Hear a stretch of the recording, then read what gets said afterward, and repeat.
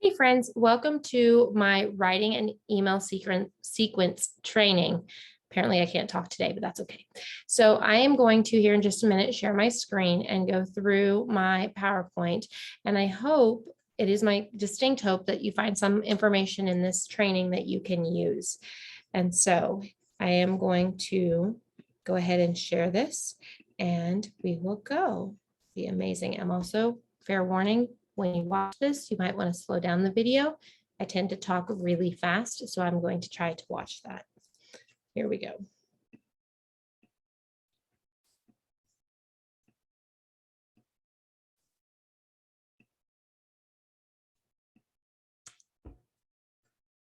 So welcome to the training on how to write a welcome sequence.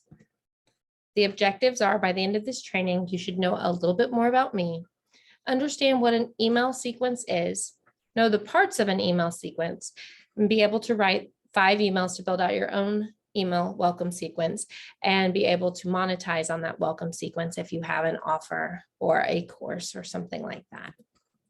So this is just another review. First part, we're going to talk about me. The second part is going to be our strategy, the science of writing emails. Then we're going to talk about some things to consider, and then some bonuses and Q&As.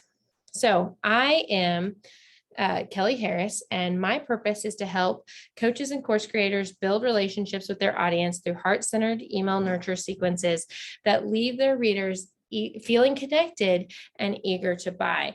After almost a decade in teaching, I took that expertise and I started my own virtual assistant business.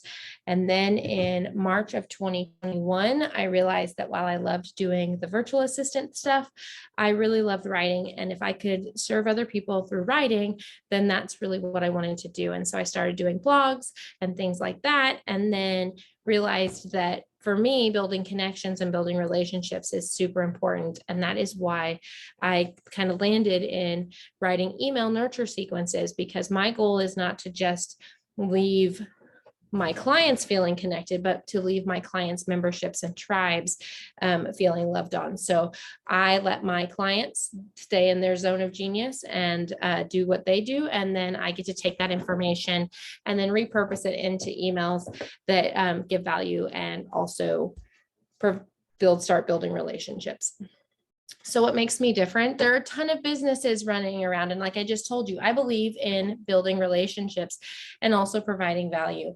Servant leadership is super important to me. And I truly believe that if you're in an online business space, we're on the same merry-go-round. We're all in this together. And so if we can support each other, then we need to support each other, because even if we are exactly the same in what we offer and who our ideal client is, there are going to be people that resonate with me, that want to work with me, and there'll be people that resonate with you that want to work with you.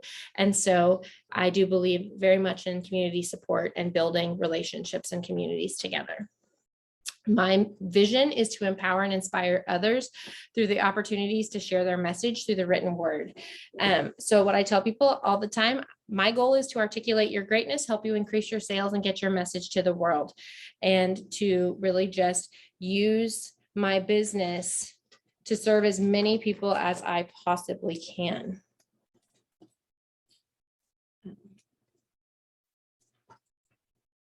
It's the wrong way. So an email sequence is just a series of emails that you can set up to automate, that you can send people after they sign up for your email list. They may sign up through your email list through a nurture sequence or through a lead magnet, or they may just join your list because they see something on your Instagram or Facebook that they really love. But they're going to join your list, and then that email welcome sequence is going to guide them through and give them a chance to really welcome them into your world, and also for them to begin to understand your brand and what you have to offer. So the parts of an email. So a typical email is going to consist of a subject, a hook, and a personalized greeting, the body of your message, and a call to action. Email number 1 the strategy is your goal is to make this a short email with a quick introduction into your world and to deliver your lead magnet. If you promised a lead magnet in exchange for their email, you absolutely 100% want to give them that first email within 30 minutes to an hour. 24 hours is absolutely the max that you want to have between the time that they sign up for your email, for your lead magnet, and they deliver that first email into their email box. So the subject lines are going to be things like, welcome to the club. Hey, you're in. Your lead magnet's inside. You want them to open it and you want them to know what to expect. So the email body, we want this to be super short, brief, and to the point. 2 to 3 paragraphs max with 2 to 3 sentences in each paragraph.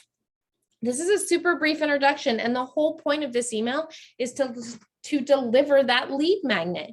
You want to have them download it and save it to their computer. So that's what your call to action is. And then you want to just really say, hi, this is my world. Please, I'm glad that you're in it. This is an example of one that I did a long time ago, and it's really just very much following that little outline and goal. So it's hi and personalized to them, and then quick, sweet. This is about my company. This is what we do. And at the bottom, the call to action is, I'm so excited that you're here. Don't forget to click on this link and download your guide to welcome sequences. Strategy for email number 2, still a lot very similar, except for this one is going to be delivered within 2 to 3 days of them signing up for that first lead magnet. The goal of this email is to introduce yourself more and your brand more to your readers. You want to guide them by showing them that you understand their problem. Now, let me be clear here. You understand their problem. You are not giving them solutions. You are not even really talking about solutions right now. You want to focus on the why and how of the problem, and that you want to kind of hint that you might be the answer to their solution. And then if you can get them to tell you what their pain points are, that's a great subject to put in there. So for example, I worked with a client who was starting a membership, a cooking membership. And so their pain point was that they were actually bringing all of this cooking classes in house, and they wanted to build this membership out. And so her subject line was really something like, hey, you get to cook with him, but it's on our terms. The body, you're going to introduce yourself and your brand to your readers. You're going to talk about the problem. And you're going to hint at that solution. Hint, hint, that solution, their solution to the problem is what you offer. You're going to tell them a story because stories are super relatable. And then you're going to talk about how that story that you just told relates to their problem. The call to action is going to be for them to follow you on social media for more stories and for more connections. Here's an example from my client that is offering that cooking membership. Now she's talking about, hey, we're back for the new year. We're back in full force. You're going to see some amazing things here. Follow us on Instagram here, hit reply and tell us what you want to see in the coming year. So she kind of snuck in a little bit of market research there. Email strategy number 3 is going to be that this one's going to go out again about 3 to 4 days after that initial first interaction. The goal here is to introduce the solution more fully that you hinted at in email number 2. Your subject needs to be very solution aware, because at this point, your client is not only problem aware, but they are beginning to be solution aware because you are educating them. The strategy, you're going to explain how you can solve their problem. Explain how your clients can use the product and services that you have to solve their problem for them. This is a great time to talk about transformations. And if you want to talk about like, hey, I had this client, this is what their problem was before they came to me. And then, stay with us and we'll see what kind of transformation happened. The call to action is to have them reply back to you and tell them what solving their problem would mean to them. Here is an example. This is again my cooking client, and this is one email, but I went ahead and snapshotted it into 2 parts so you could see it. But she's talking about how they're going to have a website and a blog for the go-to places for ideas, and then they're going to have a brand new white kitchen because when they film the cooking classes, everything will be crisper and cleaner, and it will just be a lot more beautiful and professional.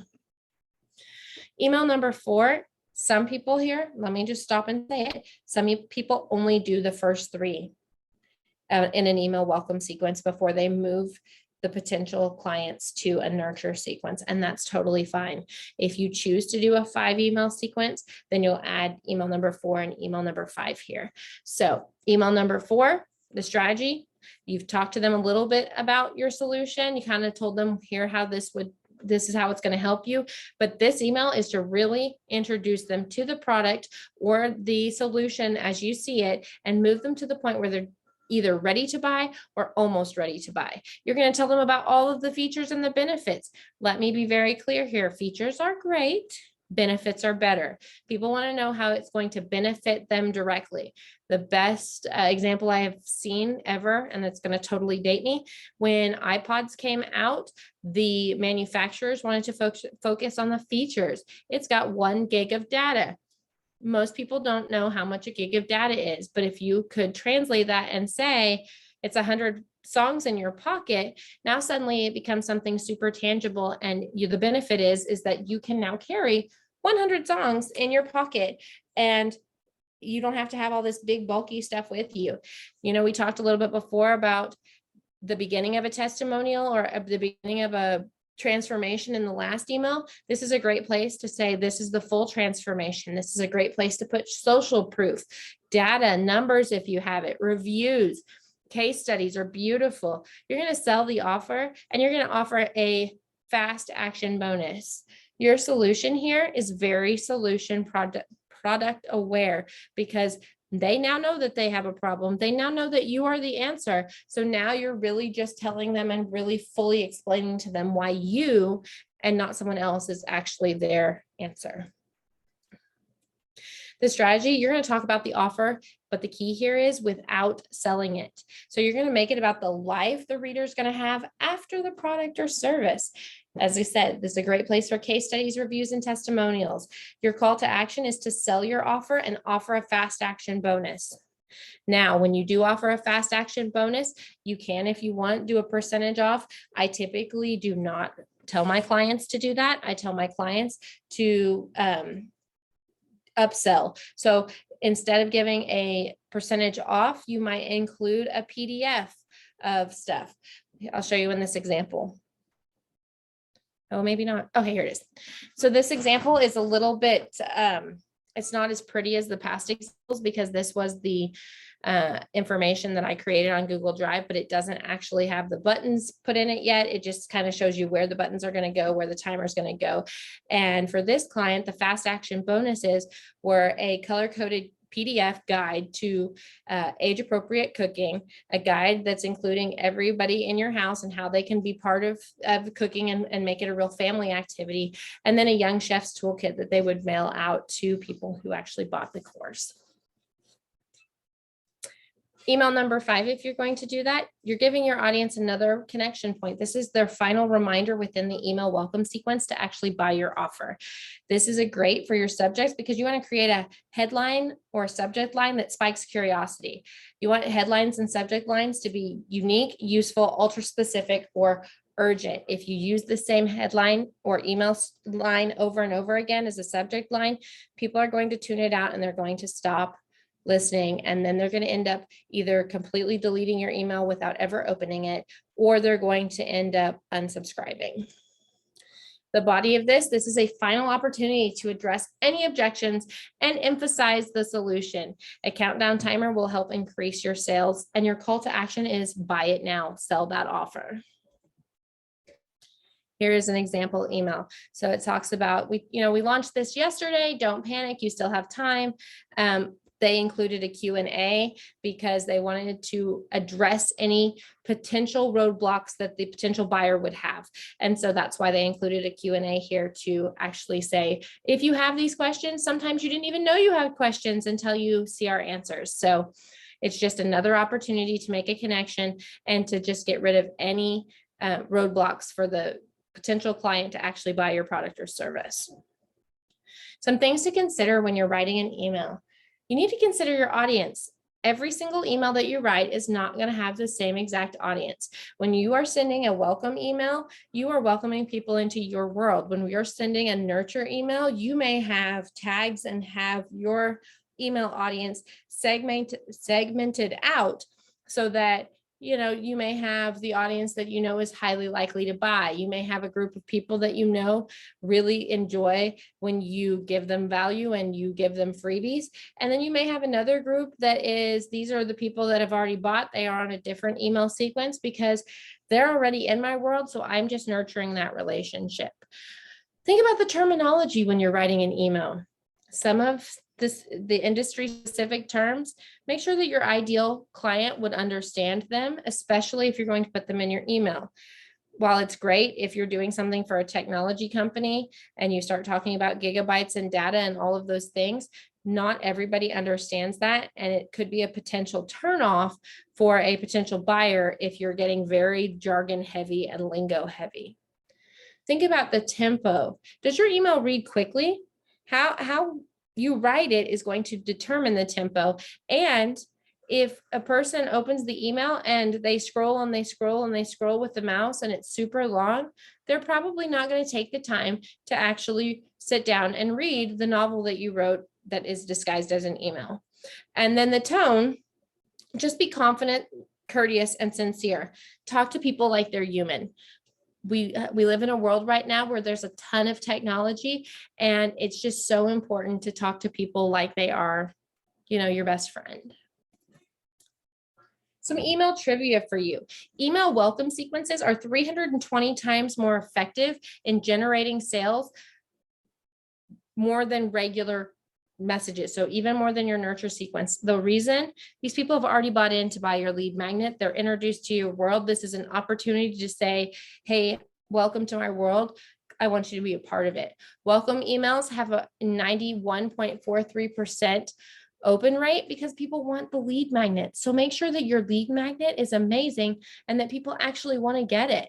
Welcome rates typically have a click-through rate of 26.9%. And then 74% of the customers that were asked expect a welcome sequence as soon as they subscribe. Most of them said within 30 minutes. So those are your problems and your solutions. If you want, you can connect with me on social media. My Instagram handle is KMHarris004, and I would love for you to come and be a part of my world. If you want to learn from me, I will link up my freebie, which is called the Guide to Writing an Email Sequence, and they are some plug and play templates for you to start with, as well as some swipe copy for you in some different situations. And then if you want to work with me, I love writing welcome sequences, nurture sequences, and landing and sales pages. So I absolutely would love for you to connect with me. You can DM me on Instagram, or you can email me at Kelly, Kelly, at harrisvirtualsolutions.com. I would love for us to book a time on the calendar and do a coffee chat or a discovery call and see if we are compatible and we align. That would be amazing. Oops. And then if you have any questions, I understand that this is not a live training. So if you have any questions, feel free to reach out and ask them to me, and I will get back to you. I typically get back within 24 to 48 hours. So thank you so much for listening and taking the time to learn more about email welcome sequences. Thank you again. There's my contact information. If you need it, you can take a screenshot.